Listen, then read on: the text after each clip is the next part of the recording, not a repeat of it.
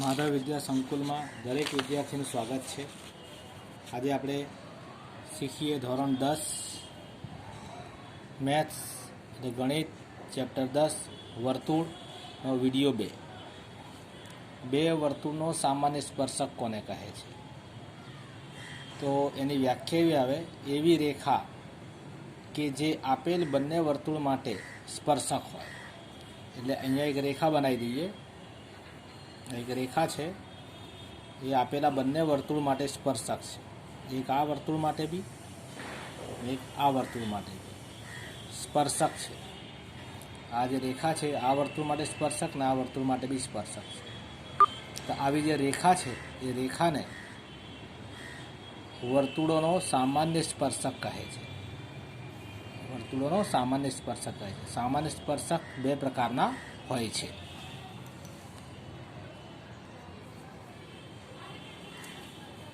બાહ્ય સામાન્ય સ્પર્શક। આમાં સમજવા માટે યાદ રાખવાનું છે કે આ બંને જે રેખા છે, એક આ રેખા ને આ બીજી રેખા, આ બંને રેખાઓ વર્તુળના કોઈ એક બિંદુમાંથી પસાર થાય છે, તેથી બંને સ્પર્શક છે।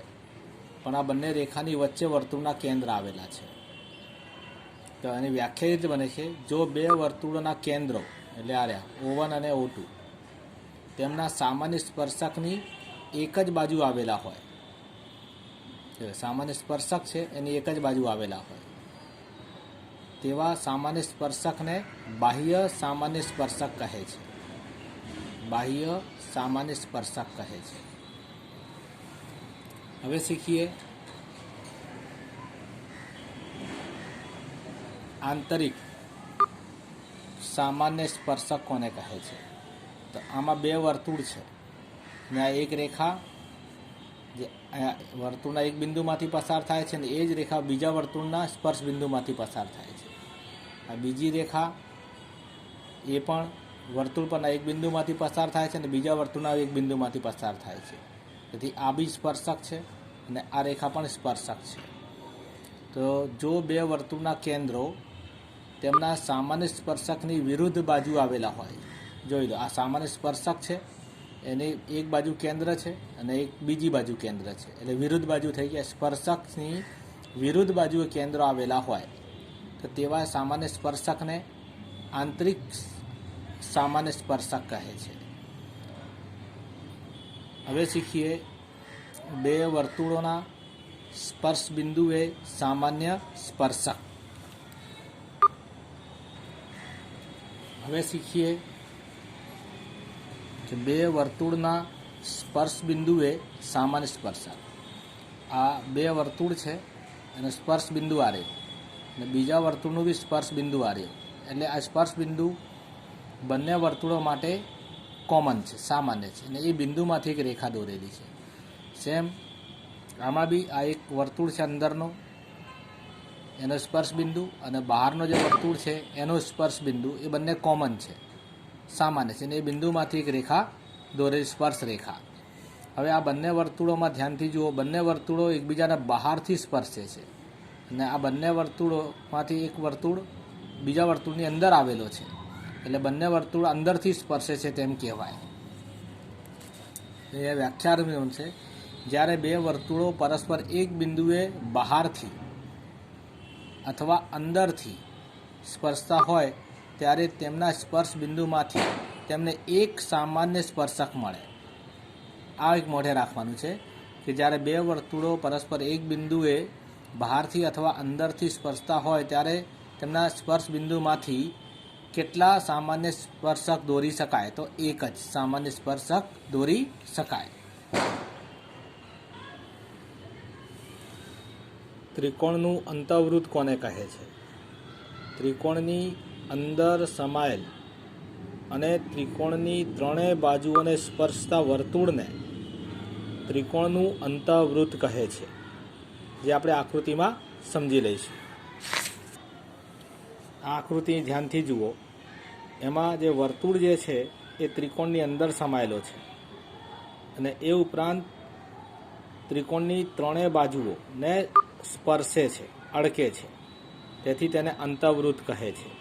અને આ જે વર્તુળ છે એની જે ત્રિજ્યા આવે એને અંતઃ ત્રિજ્યા કહેવામાં આવે છે.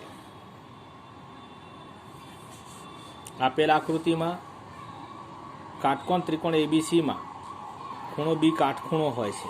ખૂણો બી કાટખૂણો છે.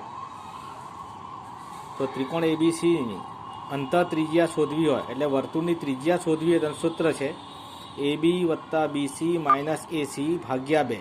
એટલે કે આ લંબાઈ AB વત્તા BC અને માઇનસ AC એટલે કર્ણની બાદબાકી કરવાની અને ભાગ્યા 2 કરવાથી આપણને અંતઃવૃત્તની ત્રિજ્યા મળી જાય છે. પછી એના પરથી અંતઃવૃત્તનો આપણને વ્યાસ પણ સરળતાથી મળી રહે છે. જો કોઈ ત્રિકોણની બાજુઓની લંબાઈ A, B અને C હોય તો તે ત્રિકોણનું ક્ષેત્રફળ, ત્રિકોણની અંતઃ ત્રિજ્યા અને ત્રિકોણની અર્ધ પરિમિતિ વચ્ચે નીચે પ્રમાણેનો સંબંધ છે. ત્રિકોણનું ક્ષેત્રફળ શોધવું હોય તો બરાબર કરીને 1/2 ગુણ્યા RS, જ્યાં R શું છે ત્રિકોણની અંતઃ ત્રિજ્યા છે અને S શું છે ત્રિકોણની અર્ધ પરિમિતિ.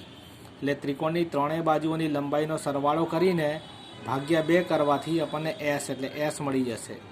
અને ત્રિકોણની અંતઃ ત્રિજ્યા, આમ ત્રિકોણની અંતઃ ત્રિજ્યા અને ત્રિકોણની અર્ધ પરિમિતિના ગુણાકારના અડધા કરવાથી આપણને ત્રિકોણનું ક્ષેત્રફળ મળી રહે છે. છેદિકાના ખંડોનો ગુણાકાર કઈ રીતે કરવાનો? તો જો કોઈ વર્તુળમાં બે છેદિકાઓ, એક AB અને એક CD વર્તુળના બહારના બિંદુમાં છેદે ત્યારે આપણને PA નો ગુણાકાર PB સાથે કરવાનો બરાબર PC નો ગુણાકાર PD સાથે કરવાનો. તો જે આપણને ખંડો મળે છે એનો આપણને ગુણાકાર મળી રહે છે. છેદિકાના ખંડોનો ગુણાકાર એટલે PA ગુણ્યા PB બરાબર PC ગુણ્યા PD કરવાથી આપણને છેદિકાના ખંડોનો ગુણાકાર મળી રહે છે. અહીંયા સમજી લઈએ. જો કોઈ વર્તુળની બે છેદિકાઓ AB અને CD વર્તુળની બહારના ભાગમાં રહેલા બિંદુ Pમાં છેદે તો PA ગુણ્યા PB બરાબર PC ગુણ્યા PD. હવે શીખીએ છેદિકા અને સ્પર્શકનો સંબંધ.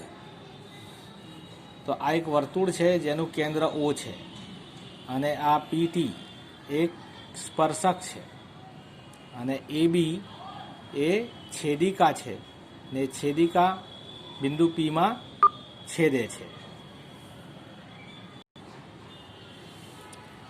O કેન્દ્રિત વર્તુળનો સ્પર્શક PT, O કેન્દ્રિત વર્તુળનો સ્પર્શક PT નું સ્પર્શ બિંદુ T છે તથા Pમાંથી પસાર થતી છેદિકા, આ Pમાંથી પસાર થતી છેદિકા વર્તુળને બિંદુઓ A અને Bમાં છેદે છે. તો એનું સૂત્ર બનશે PT નો વર્ગ એટલે સ્પર્શકનો વર્ગ બરાબર PA ગુણ્યા PB.